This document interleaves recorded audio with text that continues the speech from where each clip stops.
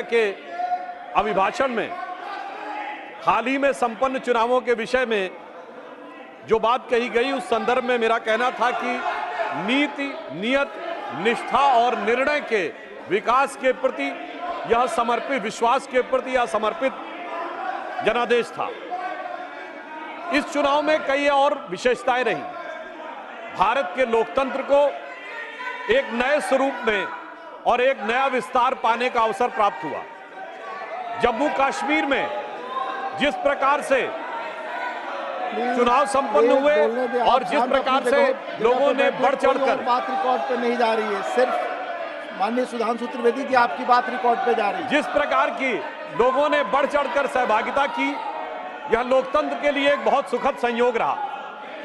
अगर जम्मू और उधमपुर में 68 और 72% वोटिंग हुई, तो यह भी देखने को मिला कि कश्मीर घाटी में अनंतनाग में 53% और बारामूला में 59% पोलिंग हुई, जो आज तक कभी भी इतनी पोलिंग चुनावों में सहभागिता नहीं रही थी। लोकतंत्र के इस पर्व की, इस अवसर को निश्चित रूप से हमें अप्रिशिएट करना चाहिए।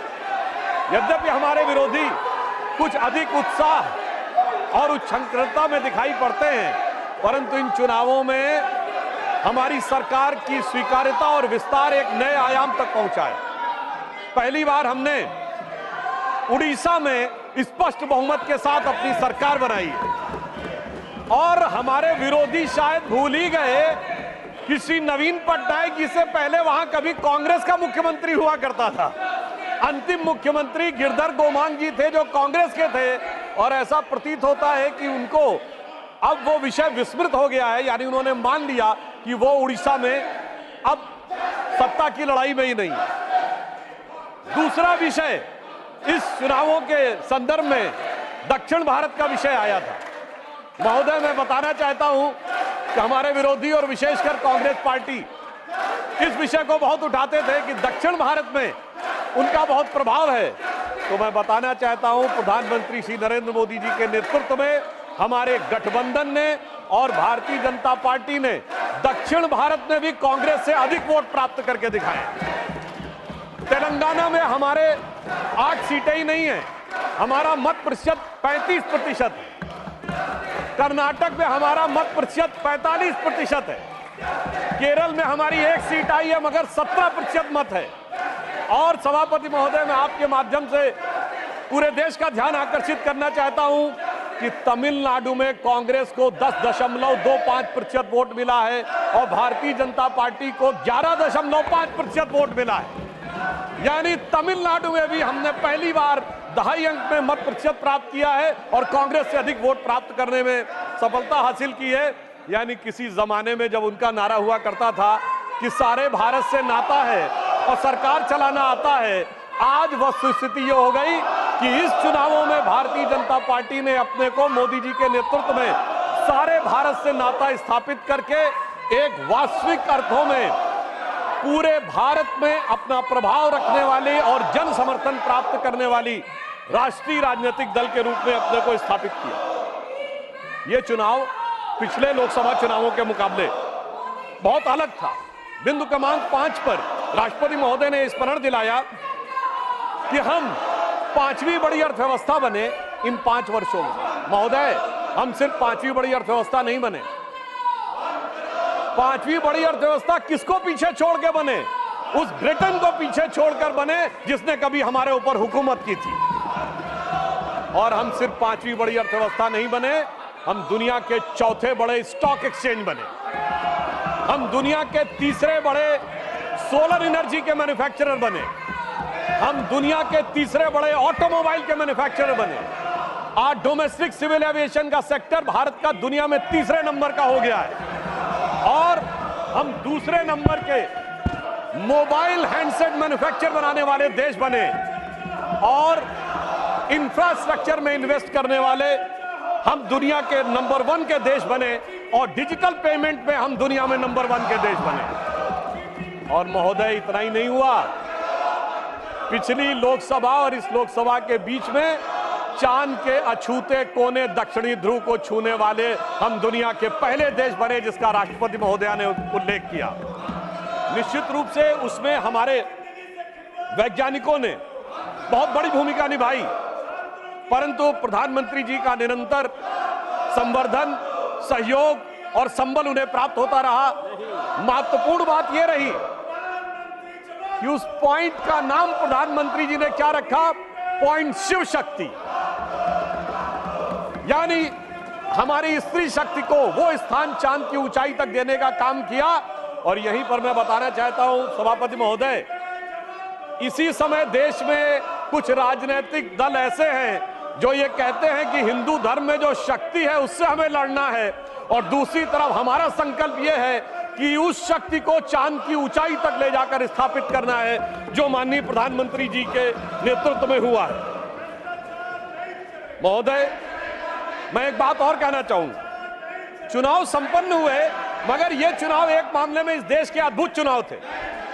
सामान्यतः चुनाव होते हैं, चुनाव परिणाम के दिन एक पार्टी के कार्यालय में मिठाई बंटती है, धूम धड़ाका होता है, दिवाली होती है, और दूसरे की जगह गलियारे खाली नजर आते हैं। मगर ये चुनाव एक ऐसे चुनाव थे महोदय जहां दोनों जगह मिठाई बंट रही थी, दोनों जगह पटाखे छूट रहे थे, भाजपा कार्यालय में भी और कांग्रेस कार्यालय में भी। ऐसा क्यों हो रहा था? हमें तो स्पष्ट बहुमत मिला, लगातार तीसरी बार सरकार बनाई, मगर वहां पर तालियां क्यों बज रही थी महोदय? मैं याद दिलाना चाहता हूं, जो थर्ड अटेम्प्ट में 3 डिजिट की संख्या नहीं प्राप्त कर पाए, चुनाव के बाद उनके चेहरे की चमक देखिए, उनकी आवाज की खनक देखिए, उनके जलवे में धमक देखिए। ऐसा लगता है कि जैसे उन्होंने बहुत बड़ी उपलब्धि हासिल कर ली हो। उसका कारण यह है महोदय कि एक बच्चा होता है जो टॉपर होता है, जिसे डिस्टिंक्शन मार्क्स मिलने थे, वो फर्स्ट डिवीजन मार्क्स पाए तो उसके चेहरे पे वो खुशी नहीं होती है, और धड़ाधड़ फेल होने वाला बच्चा ग्रेस मार्क्स पा के अगर थर्ड डिवीजन पास हो जाए तो उसके चेहरे पे बहुत खुशी होती है। मैं ये भी बताना चाहता हूं महोदय, एक जो हमारे कांग्रेस के साथियों में बहुत उत्साह और उल्लास नजर आ रहा है, तो मैं एक अपना अनुभव बताना चाहता हूं। हमारे जनरेशन के जो लोग हैं उन्हें याद होगा कि उस जमाने में जब परीक्षा का परिणाम आता था तो सिर्फ डिवीजन पता लगती थी, फर्स्ट डिवीजन एक, रोमन में सेकंड डिवीजन और थर्ड डिवीजन। एक हम लोगों के मोहल्ले में सज्जन थे, वो थर्ड डिवीजन पास हुए, एक लड़का, और एक फर्स्ट डिवीजन पास हुआ। फर्स्ट डिवीजन वाला मेरिट एक्सपेक्ट कर रहा था, तो फर्स्ट डिवीजन वाले के यहाँ खुशी नहीं थी, तो दूसरे ने पूछा, भाई तुम थर्ड डिवीजन पास हुए हो तो तुम्हारे अंदर खुशी क्यों है, इतनी खुशी क्यों है? तो जानते थर्ड डिवीजन वाले ने क्या जवाब दिया? साहब ये तो फर्स्ट डिवीजन आए ना, एक, हमारे तो 3 हैं, फर्स्ट डिवीजन विद 2 बॉडीगार्ड। तो ये हमारे सहयोगी फर्स्ट डिवीजन विद 2 बॉडीगार्ड्स का जो उल्लास मना रहे हैं, उनके लिए मैं बताना चाहता हूं कि वस्तु स्थिति यह है कि 3 साल मिलाकर 42, 44, 52 और 99 मिलाकर इनके उतने नहीं है जितने अकेले भारतीय जनता पार्टी के 240। मैं ये भी याद दिलाना चाहता हूं, 1984 के बाद से आज तक 40 साल में कभी कांग्रेस को 240 सीटें नहीं मिली हैं। पीवी नरसिम्हा राव जी के समय में 232 मिली थी, बाद में उनकी कुछ सीटें बढ़ी थी, यानी जो 40 साल में मुकाम नहीं हासिल हो पाया, उसके बावजूद उन लोगों की जिस प्रकार की उच्छृंखलता दिखाई पड़ती है, उसके लिए मैं कहना चाहता हूं, इन्होंने कितनी कोशिश कर ली, मगर प्रधानमंत्री जी तीसरी बार स्पष्ट बहुमत के साथ प्रधानमंत्री बनने में सफल हुए। तो इन लोगों के लिए एक बात कहना चाहूंगा मैं, एक लाइन प्रधानमंत्री जी की तरफ से, कि दरिया का सारा नशा उतरता चला गया, वो मुझे डुबाता रहा और मैं उभरता चला गया। दरिया का सारा नशा उतरता चला गया, वो मुझे डुबाता रहा और मैं उभरता चला गया। और ये 44, 52, 99, अरे मंजिल समझ के बैठ गए जिस पे चंद लोग, मैं ऐसे कितने ही रास्तों से गुजरता चला गया। राष्ट्रपति महोदया ने बिंदु क्रमांक 3 में एक और बात स्पष्ट की कि 60 साल के बाद एक ऐसा मौका आया है जब लगातार तीसरी बार किसी प्रधानमंत्री को बहुमत प्राप्त करके जनता ने आशीर्वाद देकर सदन में भेजा हो। और जिस समय प्रधानमंत्री जी ने ये के बारे में ये विषय आया था, उस समय हमारे विपक्ष के साथी लोग बहुत ज्यादा डिस्टरबेंस भी किए थे। उनके अंदर कुछ एक बेचैनी नजर आ रही थी। क्यों?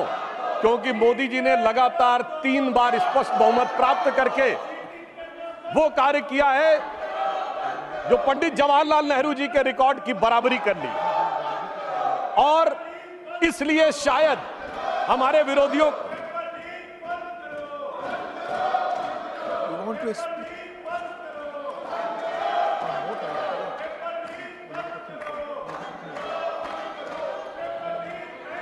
माननीय सुधांशु जी, माननीय HD देवगौड़ा जी एक्स प्राइम मिनिस्टर कुछ बोलना चाहते हैं, अगर आप समय उन्हें बीच में दे सकते हैं। जी जी honourable HD Deve Gowda. Sir, I have got the highest regard. All our senior members wants to raise the issue of the NEET. What has happened? Lakhs and lakhs of students are suffering in the country. Please, I have no objection. But the point is, the government has already taken the decision and order for a CBI inquiry. The inquiry has not been completed. In 3 states, they have arrested the people who are responsible for this type of damage. Sir, please, sir, I am sitting in this house. I don't want to take sides. But so far as the NEET examination is concerned, what has happened? Yes, I do agree. You can't fix the responsibility because there are thousands of examiners in the whole country. Is it so easy to fix the responsibility on an individual? The examination has, of course, it has gone wrong. And the government has taken the decision, it is the right decision. The concerned minister, the concerned minister has taken the decision. Till the inquiry is completed, you can't. Till the inquiry is completed, you can't take responsibility and damage the image of the government. I don't agree. We have got sufficient scope to debate on the issue of the President address. On the President address we can discuss. But this is not the way. Unless and until the inquiry is completed, you can't fix the responsibility. I am not going to take sides.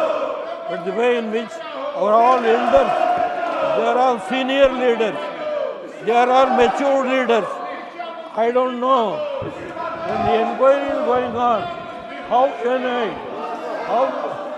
they go on attacking the government? This is not the way. I only appeal to all mature leaders, senior leaders. Please, knowing full well, you know the entire issue, I only appeal to you not to say unnecessary, try to blame the government. The government has done its duty and the inquiry is going on. Till the inquiry report comes, the minister, the HRD minister cannot take any decision or the government cannot take any decision till the inquiry is completed and the culprit is known. Then only we can discuss about the concerned person who is responsible. I make an appeal to all these members, see that let the house go smoothly. That's all, sir, what I can appeal. Ex prime minister बहुत matured माननीय देवगौड़ा जी देश के बड़े सम्मानित नेता हैं, उन्होंने जो कहा आपने सुना। प्लीज माननीय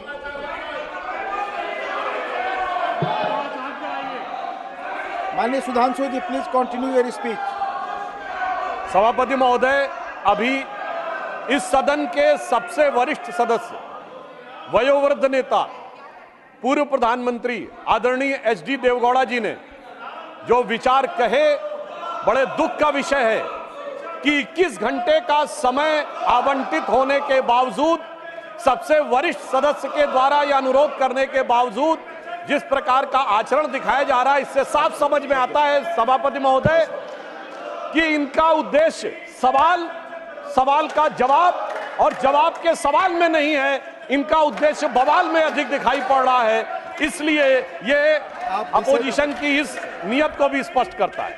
अब मैं विषय पे आता हूं, जो मैं बता रहा था कि बिंदु क्रमांक 5 पर राष्ट्रपति महोदया ने कहा कि ये देश के इतिहास में 60 साल के बाद ये पहली बार एक घटना हुई है जब लगातार 3 बार किसी प्रधानमंत्री को स्पष्ट बहुमत प्राप्त किया हो। और जिस समय महामहिम राष्ट्रपति महोदया ने यह शब्द बोला था, हम सबको ध्यान है, सबसे अनेक विपक्षी सदस्यों ने अपनी अपनी सीट पर आवाजें करते हुए इसका प्रतिवाद किया था। संभवतः उनके मन में इस बात के लिए स्वीकार्यता नहीं हो पा रही थी कि यह कैसे हो गया कि लगातार तीसरी बार मोदी जी के नेतृत्व में भारत की जनता ने स्पष्ट जनादेश दिया और पंडित जवाहरलाल नेहरू जी का वो रिकॉर्ड जिसके ऊपर वो बहुत इतराते थे, उसकी बराबरी हो गई। मगर हमारे बहुत से विपक्षी सदस्य कहते हैं कि साहब नेहरू जी की बराबरी तो मोदी जी से नहीं हो सकती। तो सभापति महोदय, मैं आपके माध्यम से कहना चाहता हूं कि तीसरी बार मोदी जी चुन के आए हैं और ये मैं भी मानता हूं कि नेहरू जी और मोदी जी में बराबरी नहीं हो सकती, इसलिए तीसरी बार आने पे मैं सिर्फ 3 बिंदु दूंगा जिस पर हम मानते हैं कि नेहरू जी और मोदी जी की बराबरी नहीं हो सकती। नंबर 1, जब मोदी जी इस देश के प्रधानमंत्री के कैंडिडेट चुने जाने थे, सभापति महोदय, मुझे आज तक याद है 13 सितंबर 2013 शाम 6 बजे भाजपा की पार्लियामेंट्री बोर्ड की बैठक होनी थी और मोदी जी स्वयं उसके मेंबर थे, मगर उन्होंने कहा मैं उस बैठक में नहीं आऊंगा जिसमें मेरे बारे में विचार हो रहा हो। यह होता है नैतिकता के आधार के ऊपर निर्णय। और उस समय राजनाथ सिंह जी पार्टी के अध्यक्ष थे, तो मुझे यह दायित्व दिया गया था कि मैं मोदी जी को रिसीव करके अध्यक्ष के कमरे में बैठा लूं और जब बैठक समाप्त हो जाए तो सब एक साथ जाएंगे प्रेस कॉन्फ्रेंस में घोषित करने के लिए। और महोदय, पूरा पार्लियामेंट्री बोर्ड एक मत था, सारे कार्यकर्ता एक मत थे और पूरा देश एक मत था और तब प्रधानमंत्री के कैंडिडेट मोदी जी घोषित हुए। उधर पंडित जवाहरलाल नेहरू जब कैबिनेट मिशन प्लान के तहत 26 अप्रैल 1946 को कांग्रेस का नया अध्यक्ष चुना जाना था और उसके लिए कांग्रेस वर्किंग कमेटी की बैठक होनी थी और 20 अप्रैल को मौलाना आजाद को गांधी जी ने लेटर लिखा कि आप अपना नामांकन वापस ले लीजिए और मैं चाहता हूं कि नेहरू जी प्रधानमंत्री बने। परंतु इसके बावजूद उस बैठक के अंदर क्या हुआ, इसका रिकॉर्ड आचार्य कृपलानी ने अपनी किताब Gandhi his life and thought, Maulana Azad ने अपनी किताब India wins freedom, Rajmohan Gandhi ने अपनी किताब सरदार पटेल और उस समय के सबसे प्रख्यात पत्रकार दुर्गादास ने अपनी किताब India from Curzon to Nehru and thereafter में लिखा है कि 1 वोट मिला पट्टाभी-रमैया को और शायद 1 या 2 वोट मिले आचार्य कृपलानी को, शेष सारे वोट मिले सरदार पटेल को और 0 वोट मिले जवाहरलाल नेहरू जी को। वाकई कैसे तुलना हो सकती है? सर्वसम्मति से प्रधानमंत्री के कैंडिडेट बनने वाले मोदी जी और 0 वोट पाकर प्रधानमंत्री के कैंडिडेट बनने वाले सरदार हमारे नेहरू जी। एक वो नेता जिसको पूरे देश ने नेता माना, एक वो नेता जिसको उसकी पार्टी में किसी ने नेता नहीं माना। इसलिए वाकई तुलना नहीं हो सकती। बल्कि मैं तो कहना चाहूंगा, आज खड़गे जी अध्यक्ष बनना था तो सोनिया गांधी जी की इच्छा थी तो सारे डेलीगेट्स ने खड़गे जी को वोट कर दिया और शशि थरूर जी ने नामांकन वापस कर लिया। उस समय गांधी जी की इच्छा के बावजूद किसी ने नेहरू जी को वोट नहीं किया, तो मैं कह सकता हूं आज खड़गे जी की स्थिति उस समय के नेहरू जी से बेहतर है। अब मैं दूसरा बिंदु कहना चाहता हूं कि इसमें वाकई प्रधानमंत्री श्री नरेंद्र मोदी जी और खड़गे जी में तुलना नहीं हो सकती। देखिए, नेहरू जी ने के विषय में प्रख्यात शायर मजरू सुल्तानपुरी ने एक आर्टिकल लिख दिया था कि उनकी कार्यशैली में हिटलर की झलक दिखती है और उसके बाद सभापति महोदय 2 साल जेल में रहे। और यहां मोदी जी के समय में हिटलर की मौत, मोदी जी की मृत्यु की कामना और कब्र खुदेगी जैसी बात कहने वाले लोग तो छोड़िए, जिन्होंने बोटी बोटी की बात कही थी वो सम्मानित सदस्य होकर अगले सदन में आ गए और इसके बावजूद किसी पे कोई कार्रवाई नहीं हो रही है। तो मैं मानता हूं कोई तुलना नहीं है मोदी जी और नेहरू जी की। दोनों की अप्रोच में जमीन आसमान का अंतर है। और एक मैं बात और कहना चाहता हूं, तीसरा बिंदु, हमारे प्रधानमंत्री श्री नरेंद्र मोदी जी को कितने देशों ने अपना सर्वोच्च नागरिक सम्मान दिया है। इसमें Bhutan, France, Papua New Guinea, Fiji, रूस और मालदीव। और मेरे विरोधी विशेष रूप से सुने, इसके अतिरिक्त तमाम मुस्लिम देश, Egypt, Saudi Arabia, United Arab अमीरात, बहरीन, अफगानिस्तान और विशेषकर ध्यान दें फिलिस्तीन, इतने देशों ने अपना सर्वोच्च नागरिक सम्मान प्रधानमंत्री श्री नरेंद्र मोदी जी को दिया, जो भारत के इतिहास में किसी मंत्री को नहीं मिला। और प्रधानमंत्री जी ने किसको सर्वोच्च सम्मान दिया? हमने भारत के, हमारी सरकार ने और सरकार की बनाई समिति ने सिर्फ हमारे नेताओं स्वर्गीय अटल बिहारी वाजपेयी जी और आदरणीय लाल कृष्ण आडवाणी जी को ही भारत का सर्वोच्च नागरिक सम्मान नहीं दिया, हमने कांग्रेस के भी नेताओं को सम्मान दिया। कांग्रेस के 3 बड़े नेताओं को भारत रत्न मिला। मदन मोहन मालवीय जी को हमारी सरकार में भारत रत्न मिला, प्रणब मुखर्जी जी को हमारी सरकार में भारत रत्न मिला, पीवी नरसिम्हा राव जी को हमारी सरकार में भारत रत्न मिला, हमारी पार्टी के नहीं थे परंतु कर्पूरी ठाकुर जी को भारत रत्न मिला, और कांग्रेस के नेता एससी जमीर और तरुण गोगोई जी को पद्म अवार्ड मिला। दूसरी तरफ नेहरू जी ने क्या किया? न किसी से अवार्ड मिला। अरे भाई, दूसरी पार्टी छोड़िए, अपनी पार्टी के सरदार पटेल और बाबा साहब अंबेडकर को भी नहीं दिया, उन्होंने अपनी सरकार से खुद को भारत रत्न ले लिया। यानी एक मोदी जी जिन्होंने सबको भारत रत्न दिया और एक उनकी सरकार जिसमें खुद को भारत रत्न मिल गया। तो मैं मानता हूं कि इन तीनों बिंदुओं पर नेहरू जी और मोदी जी में कोई तुलना नहीं है। इसलिए मैं कह सकता हूं कि मोदी जी नेहरू जी की तुलना में एक अतुलनीय प्रधानमंत्री हैं और उन्होंने यह अतुलनीय उपलब्धि हासिल की है। और एक बात और कहूंगा अंत में, वाकई दोनों में बराबरी नहीं है। हम लोग बचपन में एक बड़ा गीत था जो हमारी पीढ़ी और हमसे पहले वाली पीढ़ी ने अवश्य सुना होगा कि दे दी हमें आजादी बिना खड़क बिना ढाल। उसमें एक लाइन थी कि फूलों की सेज छोड़ के दौड़े जवाहरलाल। वो तो फूलों की सेज पे थे। और हमारे प्रधानमंत्री जी चाय की केतली लेके प्लेटफॉर्म पे दौड़े नरेंद्र लाल। दोनों में जमीन आसमान का अंतर था। वो जवाहरात के लाल थे और नरेंद्र मोदी जी गुदड़ी के लाल थे। वो हीरे जवाहरात के बीच में उनका बचपन गुजरा और इन्होंने गुदड़ी के लाल ने निकलकर आज भारत माता का भाल जिस ऊंचाई तक पहुंचाया है, उसके लिए सारा देश उन पर गर्व करता है। अब मैं पिछली बात को छोड़कर इस पे आता हूं कि इस तीसरे टर्म में हमारी सरकार किस प्रकार की बातों पर विचार करने की तरफ ध्यान दे रही है। राष्ट्रपति महोदया ने अपने बिंदु क्रमांक 5 में इस विषय का उल्लेख किया है, रिफॉर्म, परफॉर्म और ट्रांसफॉर्म। आने वाले समय में सबसे बड़ी चुनौती हमारे सामने आने वाली है, वो है एनर्जी, और एनर्जी में ग्रीन एनर्जी। हमारी सरकार ने, प्रधानमंत्री श्री नरेंद्र मोदी जी ने इस विषय को बहुत पहले से ध्यान कर इस बात को समझ लिया कि आने वाला एरा ग्रीन एरा है। और याद करिए कि हमारी सरकार ने आने के बाद सबसे पहले क्या किया था, एलईडी बल्ब देने शुरू किए थे। अब तक 37 करोड़ एलईडी बल्ब डिस्ट्रीब्यूट किए जा चुके हैं, जो अमेरिका की कुल आबादी से अधिक है। उस समय हमारा अधिकतम पावर कंजम्पशन 50% से अधिक कोयले से होता था। अगर हम विकसित राष्ट्र बनना चाहते थे और केवल कोयले से कंजम्पशन करते तो भारी मात्रा में कार्बन डिपोजिशन होता। ग्रीन एनर्जी का टारगेट जो हमारी सरकार ने रखा, प्रधानमंत्री जी के नेतृत्व में यह टारगेट रखा गया कि 2030 तक भारत की इंस्टॉल्ड कैपेसिटी पावर जनरेशन का 40% क्लीन एनर्जी से होगा। और हमेशा सरकारों में देर में होता है कार्य, मगर महोदय मैं बताना चाहता हूं, पहली बार भारत के इतिहास में वो 40% install capacity by clean energy का टारगेट 8 साल पहले 2022 में अचीव कर लिया गया। और अब 2030 के लिए रिवाइज टारगेट 50% क्लीन एनर्जी का हो गया है। यह दर्शाता है कि हमने कितना महत्वपूर्ण छलांग लगाई है। इसीलिए हम तीसरे नंबर की देश बन गए हैं सोलर एनर्जी के संदर्भ में। 2014 में जहां सोलर एनर्जी 2.6 गीगावाट थी, वहीं 2023 में 66.7 गीगावाट हो गई है। और इतना ही नहीं, अब प्रधानमंत्री जी ने जो एक प्रधानमंत्री सूर्य घर योजना शुरू की, जिसका उल्लेख राष्ट्रपति महोदया के अभिभाषण में है, मैं बताना चाहता हूं, लोगों के घर पे सोलर रूफटॉप्स लगेंगे और मुफ्त की बिजली प्राप्त हो रही है।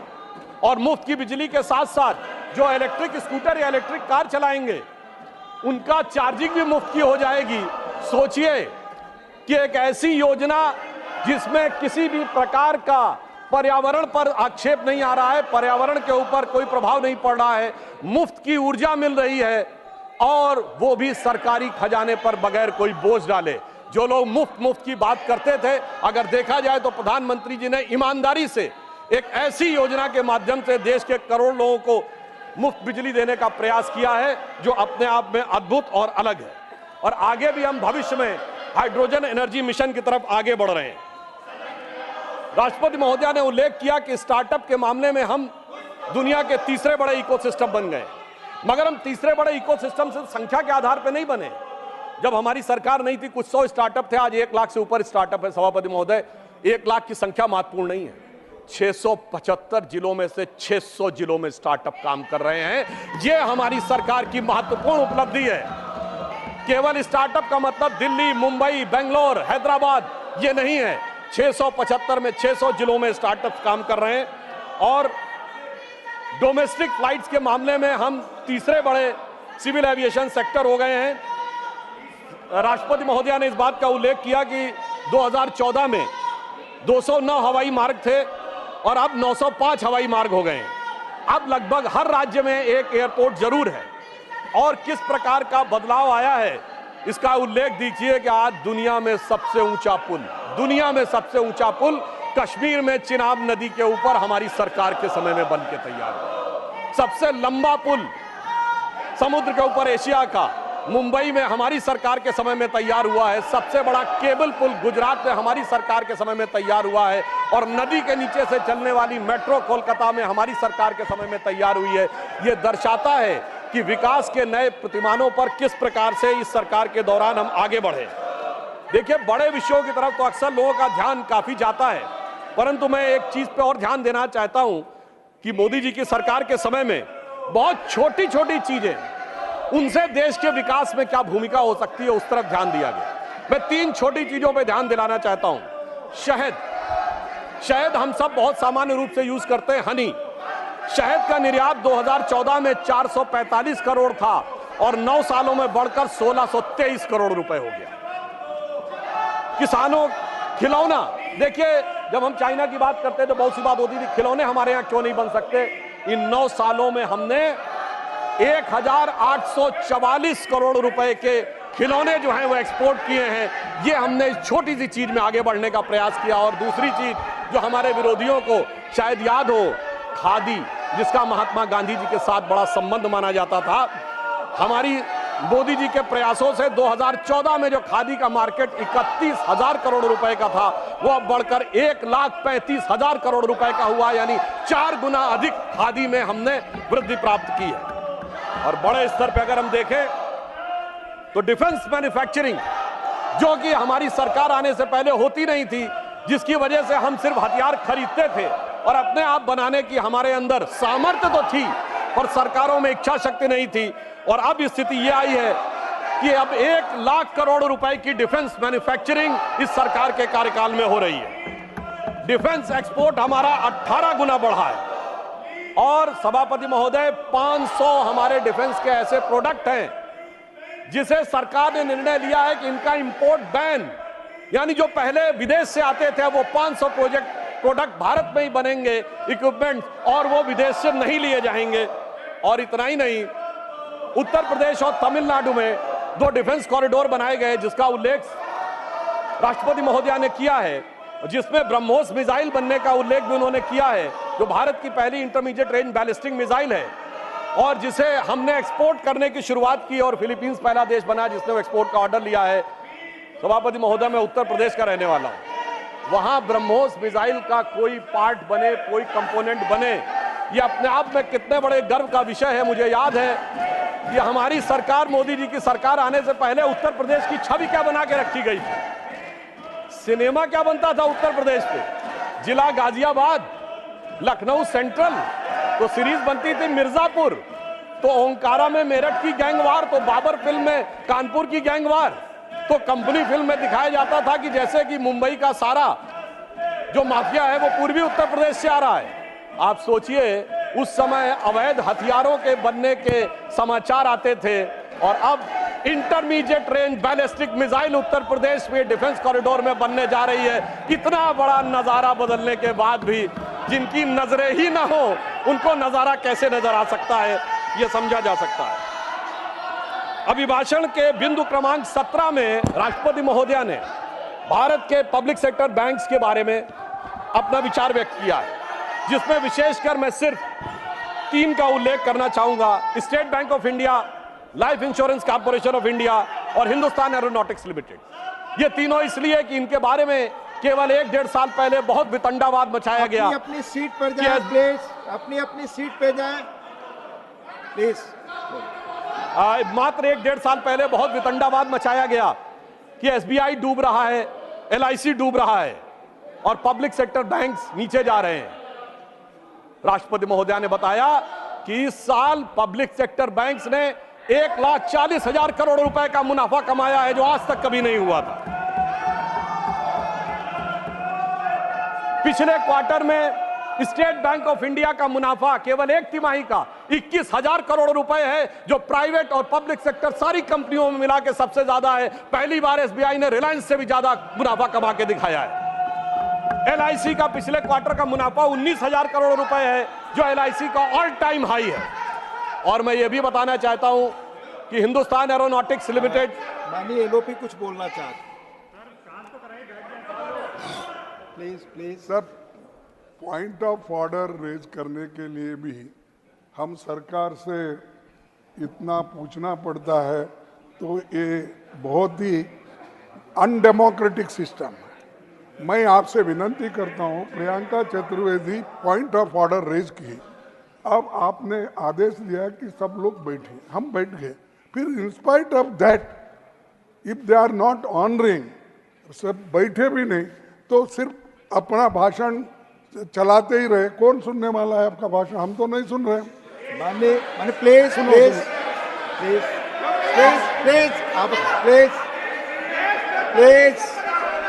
माननीय देखिए सर, देखिए सर, आप मैंने आग्रह किया सभी लोग अपनी सीट पर जाएं। जब तक नहीं गए थे आपने कहा मैं मौका दूं। प्लीज माननीय लोगों को बोलने दो। पॉइंट ऑफ रेजर किए हैं, आप बैठे। पॉइंट ऑफ ऑर्डर जो भी है, जब बाहर लोग थे यू अलाउ देम, मैंने कहा allow he has to yield, he has to yield. नहीं, पॉइंट ऑफ ऑर्डर उठाना चाहती है प्रियंका जी, आप सहमत हैं? Point of order Priyanka ji, point of order आप तय करिए पॉइंट ऑफ ऑर्डर। हाँ Priyanka ji, chairman sir, right now please sir. Why should he, किस नियम के तहत, कौन सा? सर मैं बिल्कुल आपको नियम भी बताऊंगी sir, and I am also member of parliament and I have been given this right sir to raise a point of order. Yes. It is unfair that I have been screaming non-stop and the members of opposition have been asking you to Please, yield. please, Sir, put your point of order. point number 259. Sir, point 259. number 259. Yes. Chairman to preserve order and enforce decisions. The chairman shall preserve order and shall have all powers necessary for the purpose of enforcing his decisions.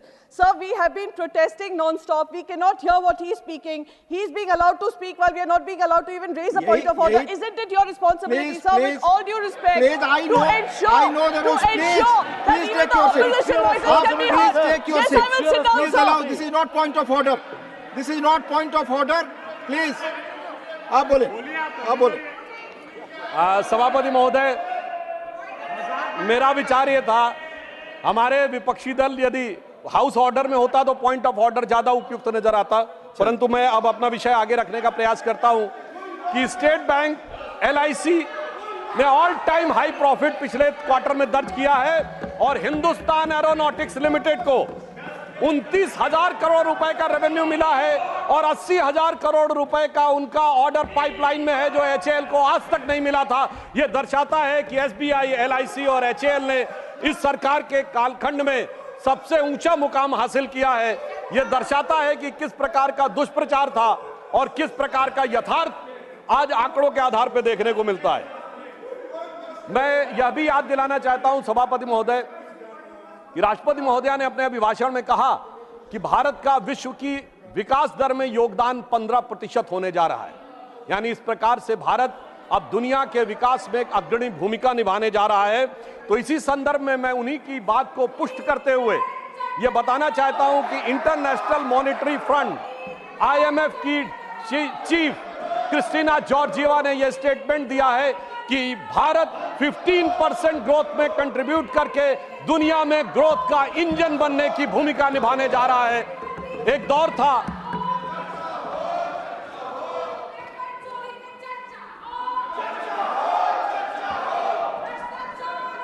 था जब हम IMF जैसे संगठनों से charity expect करते थे, हम उनके सामने याचक बन के खड़े होते थे, और आज आईएमएफ की चीफ ये कह रही है कि भारत विश्व अर्थव्यवस्था के विकास में याचक नहीं, उसका संचालक बन के खड़ा हुआ है।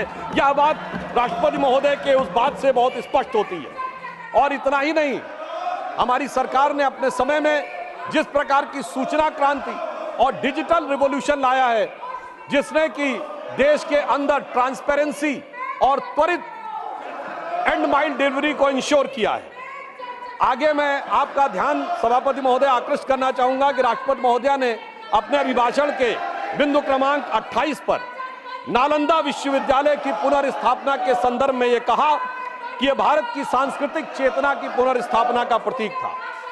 नालंदा सिर्फ भारत में ज्ञान का प्रतीक नहीं था, उस ज्ञान के प्रतीक को जिस ढंग से ध्वस्त किया गया, उस ज्ञान के प्रतीक को जिस ढंग से नष्ट किया गया, यह भारत की सांस्कृतिक चेतना की वो जीवनी शक्ति का प्रतीक था कि हमारी सरकार ने उसको जिस ढंग से स्थापित किया है, वो कितना गहरा घाव था भारत के ऊपर। इसको मैं कोट करना चाहता हूं बाबा साहब अंबेडकर के शब्दों में।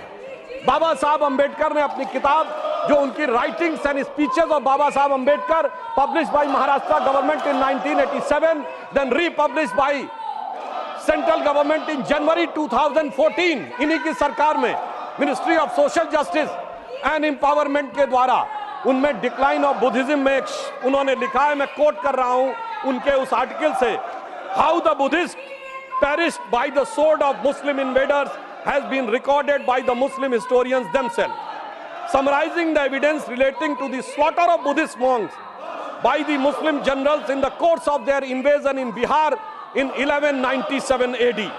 और आगे उन्होंने विंसेंट स्मिथ को कोट किया है कि नालंदा विश्वविद्यालय के एक एक भिक्षु को पकड़कर किस प्रकार से मार दिया गया, कुछ लोग अपनी जान बचाकर नेपाल और तिब्बत चले गए। मगर महोदय, प्रधानमंत्री जी ने कहा कि आप पुस्तकों को जला सकते हो, आप इमारतों को जला सकते हो, पर भारत की ज्ञान और संस्कृति की परंपरा को नहीं जला सकते हो।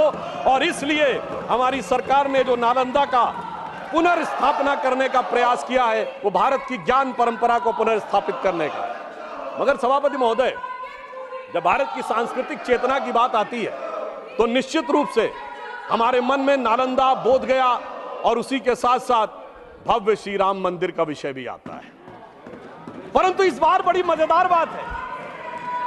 मजेदार बात है कि अयोध्या की लोकसभा सीट पर हमें वांछित सफलता नहीं मिली, और उसको लेकर इनके चेहरों के ऊपर जो चमक दिखाई पड़ती है, ये अपने आप में राजनीतिक विश्लेषकों के लिए एक फूड फॉर थॉट है।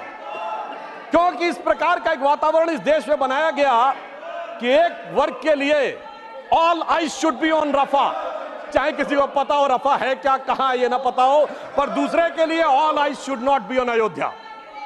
परंतु मैं ये भी बताना चाहता हूं सभापति महोदय, ये लोग समझ नहीं पाए। अयोध्या में जब हमें वांछित सफलता नहीं मिली तो हमारे विरोधी बता क्या रहे हैं, देखिए साहब, आप अयोध्या हार गए, बस्ती हार गए, प्रयागराज हार गए, चित्रकूट हार गए, नासिक, रामटेक और रामेश्वरम, यानी भगवान राम से जुड़े सारे स्थलों के बारे में बता रहे हैं कि यहां भारतीय जनता पार्टी को वास्तविक, जैसे कई तो ऐसी सीटें थी, रामेश्वरम कभी नहीं जीते थे। परंतु महोदय, मैं कह रहा हूं, ये समझ नहीं पाए प्रभु की लीला क्या है। जो लोग ये कहते थे कि राम हुए नहीं, इसका सबूत दो, वो उत्तर से दक्षिण तक राम से जुड़े स्थानों का सबूत दे रहे हैं कि अयोध्या भी राम से जुड़ी थी, बस्ती भी जुड़ी थी, प्रयागराज भी था, रामटेक भी था, रामेश्वरम भी था।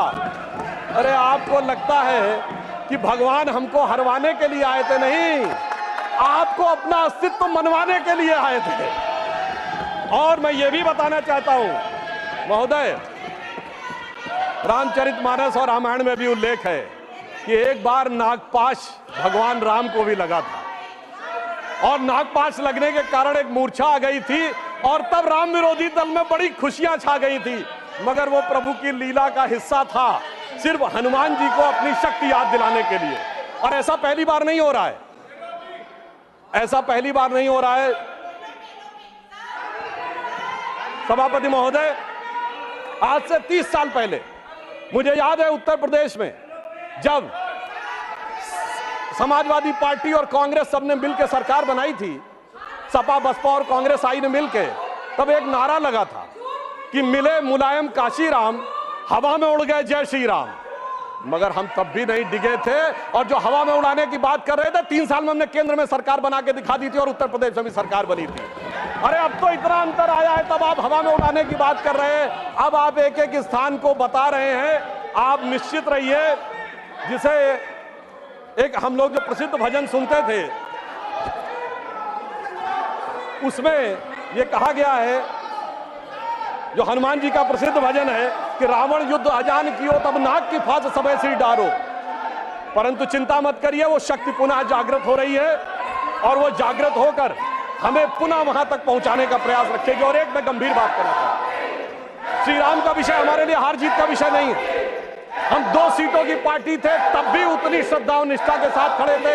हम 86 सीट पे भी वैसे ही खड़े थे, 120 पे वैसे ही खड़े थे, 182 पे वैसे ही खड़े थे, 282 पे वैसे ही खड़े थे, 303 पर वैसे ही खड़े और 240 पर भी वैसे ही खड़े हुए हैं। आपके लिए चुनावी हार जीत का विषय होगा, हमारे लिए चुनावी हार जीत का विषय नहीं है।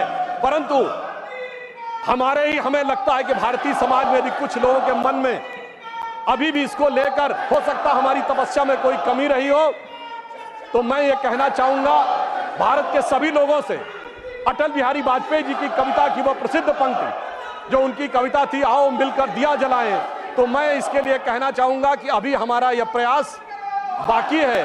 तो एक पंक्ति उनकी मैं कोट करना चाहता हूं, जो आज की परिस्थितियों में बहुत समीचीन लगती है कि आहुति बाकी यज्ञ अधूरा, आहुति बाकी यज्ञ अधूरा, अपनों के विघ्नों ने घेरा, अंतिम जय का वज्र बनाने नवदधीच हड्डियां गलाएं, आओ मिलकर दिया जलाएं। अब सभापति महोदय, राष्ट्रपति के अभिभाषण और शपथ में हमारे विरोधियों ने बहुत बार संविधान का विषय बहुत उठाया और राष्ट्रपति महोदया ने अपने अभिभाषण के बिंदु क्रमांक 28 पर संविधान और संविधान से जुड़े विषयों के बारे में बात कही। मगर महत्वपूर्ण बात यह है सभापति महोदय कि संविधान इस देश के लिए कितना महत्वपूर्ण है और इन लोगों ने अपने समय में संविधान में क्या किया और किस भावना से प्रेरित किया, मैं 3 उदाहरणों के कंपैरिजन से बताना चाहता हूं। सभापति महोदय, सितंबर 1934 में नाजी पार्टी का न्यूरमबर्ग में कन्वेंशन हुआ, जिसमें नाजियों की बड़ी प्रसिद्ध film Triumph of the will का मंचन हुआ और उस मंचन के बाद हिटलर के राइट हैंड आदमी रुडोल्फ हेस ने नारा लगवाया था, Hitler is Germany and Germany is Hitler. और ठीक वही नारा 1976 में कांग्रेस के देवकांत बरुआ जो राष्ट्रीय अध्यक्ष थे उन्होंने लगाया, India is Indira and Indira is India. यानी सोचिए कि ये किन विचारों से प्रेरित थे और संविधान कितने बड़े खतरे में था। मैं दूसरा उदाहरण देना चाहता हूं। 26 अप्रैल 1942 को जर्मनी की संसद रीस्टैग को संबोधित करते हुए हिटलर ने कहा जजों को कि जो जज आज के युग की आवश्यकता नहीं समझते, मैं इंटरवीन भी करूंगा, उनको सुपरसीड भी करूंगा और उन्हें पद से भी हटाऊंगा। और ठीक यही काम 24 अप्रैल 1973 को श्रीमती इंदिरा गांधी ने किया, जब उन्होंने जजेस को सुपरसीड किया और कमिटेड जुडिशरी की बात कही। अर्थात संविधान के ऊपर खतरा और संविधान से किस प्रकार की परिस्थितियां थी आज की पीढ़ी को याद नहीं होगा।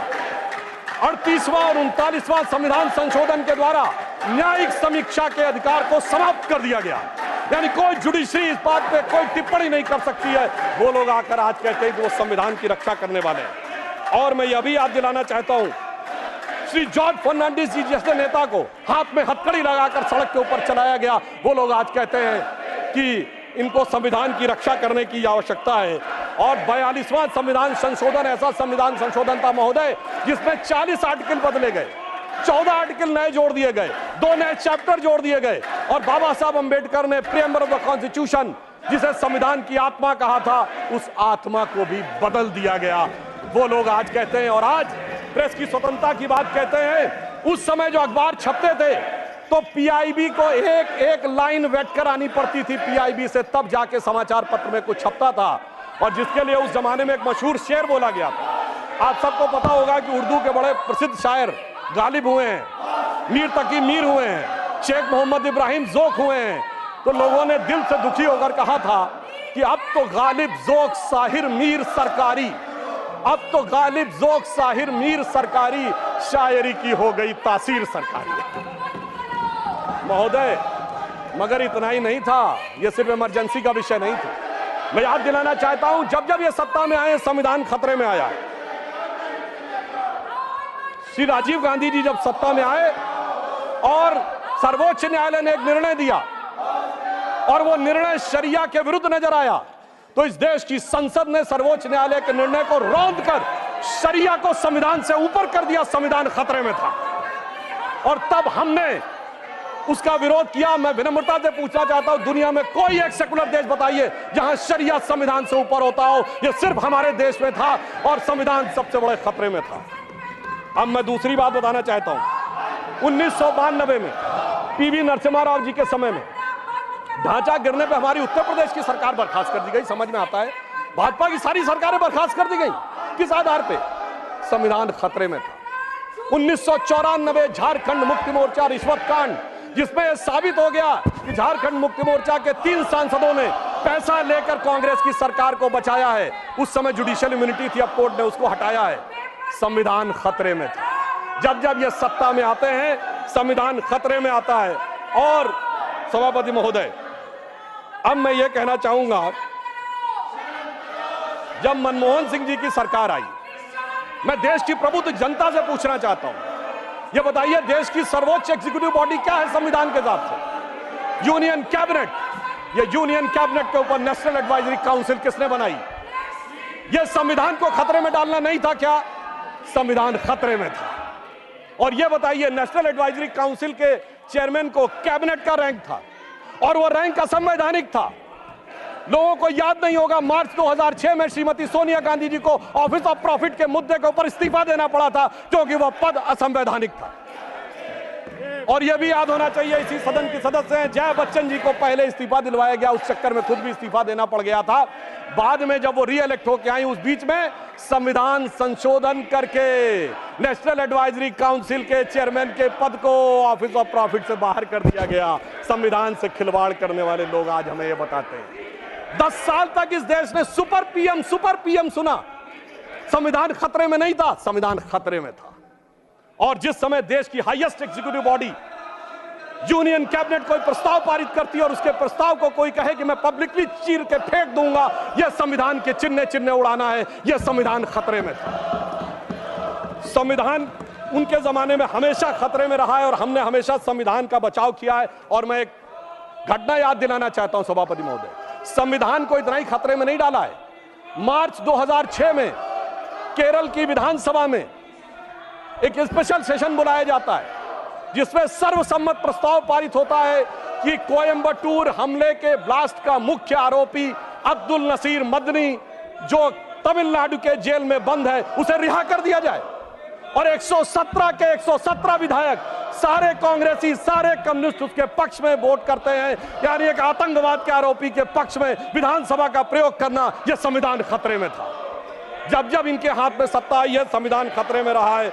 और सभापति महोदय, मैं ये भी बताना चाहता हूं, ये कहानी यहीं पे नहीं रुकी।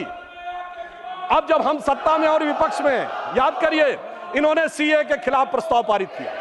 सीए केंद्र के द्वारा पारित कानून है। क्या संसद के द्वारा पारित कानून के विरुद्ध कोई राज्य विधानसभा चुनाव कोई प्रस्ताव पारित कर सकती है? नहीं। ऐसा करना संविधान को खतरे में डालना। और इनके समय में संविधान को इन्होंने फिर खतरे में डाला। और मैं ये भी बताना चाहता हूं कि सीए नागरिकता से जुड़ा विषय था। नागरिकता केंद्र का विषय, उसका प्रदेश से कोई मतलब नहीं है। इसके बावजूद नागरिकता से जुड़े केंद्र के कानून पर प्रदेश की सरकारें इनकी प्रस्ताव पारित करें, ये संविधान खतरे में डालें। फिर भी मैं सभापति महोदय कहना चाहता हूं, 2 नेता जेल में चले गए तो इनको लगता है कि संविधान खतरे में आ गया है और इनको लगता है कि वो न्यायिक कार्रवाई के तहत नहीं गए। तो मैं अपने विरोधियों के सुलभ संज्ञान के लिए याद दिला देना चाहता हूं कि ये क्या 2014 के बाद ही हुआ है? सोनिया जी और राहुल जी को जिस नेशनल हेराल्ड केस में बॉन्ड लेना पड़ा, वो 2013 अक्टूबर में दर्ज हुआ, हमारी सरकार नहीं थी। कनिमोझी जी और ए राजा जेल गए 2011 में, हमारी सरकार नहीं थी। सुरेश कलमाड़ी जी जेल गए 2010 में, हमारी सरकार नहीं थी। मधु कौड़ा जी सीएम झारखंड जेल गए 2008 में, हमारी सरकार नहीं थी। शिबू सोरेन 2006 में जेल गए, हमारी सरकार नहीं थी। मुलायम सिंह जी मायावती पे 2006-7 में डिस्प्रोपोर्शनेट एसेट का केस हुआ, हमारी सरकार नहीं थी। करुणानिधि 2000 में जेल गए, लालू यादव 1997 में जेल गए, जयललिता 1996 में जेल गई, झारखंड मुक्ति मोर्चा रिश्वत कांड 1994 में हुआ, राजीव गांधी पे आरोप 1987 में लगे, FIR 1990 में हुई। मैं सिर्फ ये बताना चाहता हूँ, 30 साल से देख रहे हैं सभापति महोदय, हम लोग छात्र जीवन से प्रौढ़ावस्था में आ गए, जेल में अंदर बाहर आने जाने का खेल देखते हुए, और अब हमसे कहते हैं कि 2014 के बाद ये है। वास्तविकता ये है कि संविधान के साथ खिलवाड़ सदैव इन्होंने किया है। इसलिए मैं इनके लिए एक लाइन कहना चाहूंगा, उसके बावजूद ये किस ढंग की भाषा और आचरण प्रयोग करते हैं, तो मैं एक लाइन कहना चाहूंगा कि लहजे में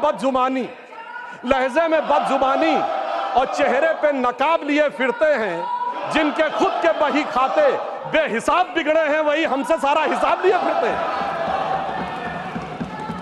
और राष्ट्रपति महोदया ने अपने अंतिम बिंदु में यह कहा कि 2047 में भारत को विकसित राष्ट्र बनाना है, और विकसित राष्ट्र के लिए उन्होंने ये बताया कि किस प्रकार से हमारी सरकार आगे बढ़ रही है। मैं एक उदाहरण देना चाहता हूं कि डिजिटल रिवॉल्यूशन एक ऐसा रिवॉल्यूशन था, भारत जिसके बारे में कहा जाता था यहां साक्षरता और समझ का दर कम है, तो ये देश कैसे अडॉप्ट होगा। मोदी जी ने आने के बाद जो डिजिटल रिवॉल्यूशन लाया है, आज दुनिया में होने वाले डिजिटल ट्रांजैक्शन का 46% भारत में होता है। 46%, जो हमारे बाद आने वाले 4 देशों में मिलाकर भी कम है।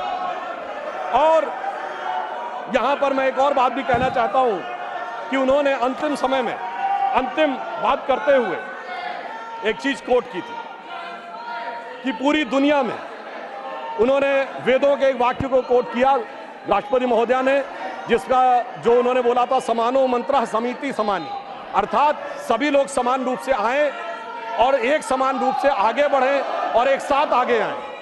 मगर सभापति महोदय, मैं आश्वस्त करना चाहता हूं, आज से कुछ साल पहले डिस्कवरी चैनल पे एक प्रोग्राम आता था, Michael Wood's story of India, जिसमें उसने कहा कि इंडिया में वो पोटेंशियल है कि अगर इंडिया अपने पोटेंशियल को सही ढंग से प्रयोग करेगा तो by the mid of this century India will be the biggest nation and richest nation on this earth. ये इंपॉर्टेंट नहीं है सभापति महोदय, उसने कहा India will be the biggest and richest nation on this earth, the place at which it remain most of the time in the history.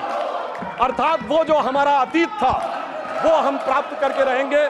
और मैं एक बात और कहना चाहता हूं, हमारे विरोधी लोग किस विचार की बात करते हैं, इनके मन में, सुनिए, इनके एक बहुत बड़े आइडियोलॉजिकल थिंकर थे जो चुनाव के दौरान क्या बोले कि उत्तर भारतीय यूरोपियों से हैं, तो पश्चिम वाले अरब वालों से जुड़े हैं, तो पूरब वाले चीन वाले से हैं, दक्षिण वाले अफ्रीका वालों से। वैसे सुनिए, वो इस्तीफा दिए थे फिर रीइंस्टेट हो गए, यानी केवल चुनाव के लिए था, वो चेहरे का नकाब उतर गया है।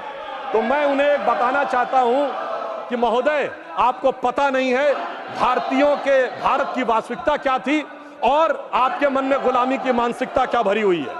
मैं एक उदाहरण देना चाहता हूं, अरब के लोग भारत के बारे में क्या सोचते थे, या अरब के कई हिस्टोरियंस, जिसमें इब्न असीर, इब्न कतीर, इब्न खल्दून ने यह वर्ड यूज किया है, अजीजुल ली इल्मीन इन बिलादुल इन हिंद, अर्थात the cool bridge of wisdom comes from the land of India. और यह हमको समझाते हम उधर से आए।